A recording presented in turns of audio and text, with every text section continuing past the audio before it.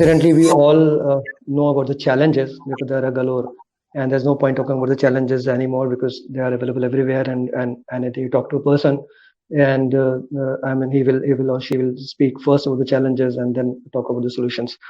So few changes what we observe or I observed in the way the buyers shifted their behavior.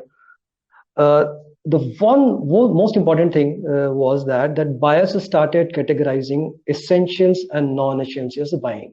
That became very critical, and suddenly we saw that finance guy became the most important person. And the budgets, of course, I mean, there was contrary to the belief that budgets are shrinking. The budgets were not shrinking. The budget became fluid, and the budget started flowing towards something which was essential. Now, as a seller, the most important part which I had to instill in my team is to go and tell the buyer that what we are offering, what we are selling is essentially essential. Second, what we saw is that the decision making suddenly became very lengthy.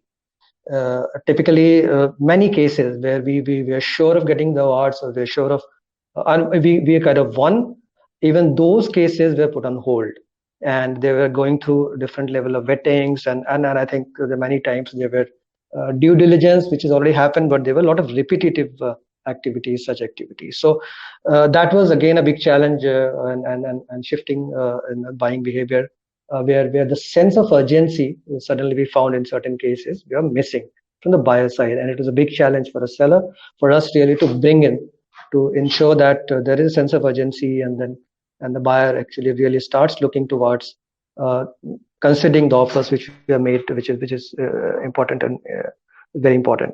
So that's another big challenge, and buying and shifting in the buyer's behavior we observed. We also saw that in many organizations, of course, barring our organization, which has been very supportive to us, and then there were no much changes in no restructuring. We saw that many buyers, many of the large buyers, they changed the profile of the people, they restructured, or I won't want to put in that word, but they laid off some of the people. So suddenly we found that some of the contexts they changed. Okay, we have been, that when you acquire a new account, and then it becomes very critical for us really to develop a relationship. We develop a coach within that account in that particular client place, and when we develop a coach, and he is the one or she is the one which helps you to guide within the organization, which helps you to actually meander in the large organization, which is typically very complex, and help you to get some kind of cross sells. So we suddenly found that the coaches are missing or the roles are changed. So that was again a big challenge for us really to go and figure out and create a new coach, and develop a relationship in a virtual world, which was not easy. There is a consistent effort, there's a conscious effort from the organization to move from product to services. Okay, you want to make your offering as complex as possible. Now that this behavior started changing, even in our case, the complex solutions or complex offering, we are getting converted to consumerized. I mean, we are asked to be converted to consumerized offering. Consumerized means simple, easy, where it can be decided easily, and modular. So that was again a challenge for us really to change. So the biggest challenge what we faced internally was to instill a sense of belongingness to the team. I mean, we all knew that when it started, and there was a lot of uncertainty, and Kaushik put it that we are in a VUCA situation. The things were really volatile, and nobody knew about their future. So the most important thing was that what we created for the team was that we instilled a sense of belongingness. We ensured that every member, every sales member, the business development member, the marketing member of the team, they feel that they belong to the same organization, they belong to the same division. We also ensured that they feel relevant, and for that, of course, we did some reskilling. Of course, we could not do the way the Rain Group could have done, but we did the way it was possible from our side. We kind of ensured that the teams, they change the offering which suits the customers. We ensure that we created a template for most of the verticals. We also, as Marut also touched, that we realign the teams in verticals as well as geographical.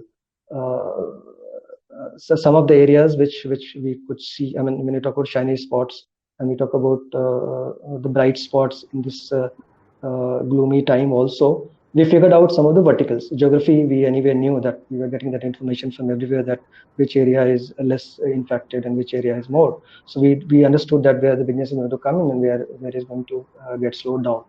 So we found out some of the verticals, and like some verticals were known to all of us, like healthcare services. We also found out that a lot of command centers, command and control centers from government, they suddenly mushroomed a lot of at every level, at the ministerial level, at the bureaucrats level, at HOD's level. So we suddenly found a lot of requirement for command and control centers across the country. So this is a new, complete new vertical for us. And typically we knew that where the command and control centers are set up, but we found huge requirement of command and control centers across the verticals, particularly in government sector. The public information systems, which is in India, is primarily driven by DAVT and different DPI departments of state governments, were completely static. So we suddenly found there is huge requirement to shift to digital platform where government wanted to inseminate information to citizens, to the people, and they wanted to shift to digital. And we saw a lot of such cases happening, a lot of such projects coming up. There is one more thing which I saw, of course, edge infra development was something which was very common, and it really impacted IT business a lot, where everybody wanted to create an IT infrastructure at the edge because people were working in isolation, working from home. But it helped us also in terms of providing some of the PCs, some of the devices which go in part of edge infrastructure. One more thing which we saw, and when there's an adversity, that people try to collaborate more. And therein we saw a complete new paradigm shift happening in our industry. We started looking for our ecosystem partners whom we can collaborate with. And we saw a lot of collaborations happening in our industry, which was not the case, which was not the scene. And people are working silos when it came to our industry. And we saw that not only our ecosystem, but even adjacent ecosystem, people started looking for the partnerships, and people started looking for new collaborations, and where we can really join hands and create a solution. And primarily it came because customer was looking for a consumerized approach to the buying, and they're looking for modules. And if you could provide a module which fits in other modules easily and seamless integration was possible, then we thought it was really the right thing to do. So these are the few things I think we observed and we did. To motivate our sales team was, I think it was very important, and I was very happy that my HR allowed me to do that. I shifted the goalpost for them.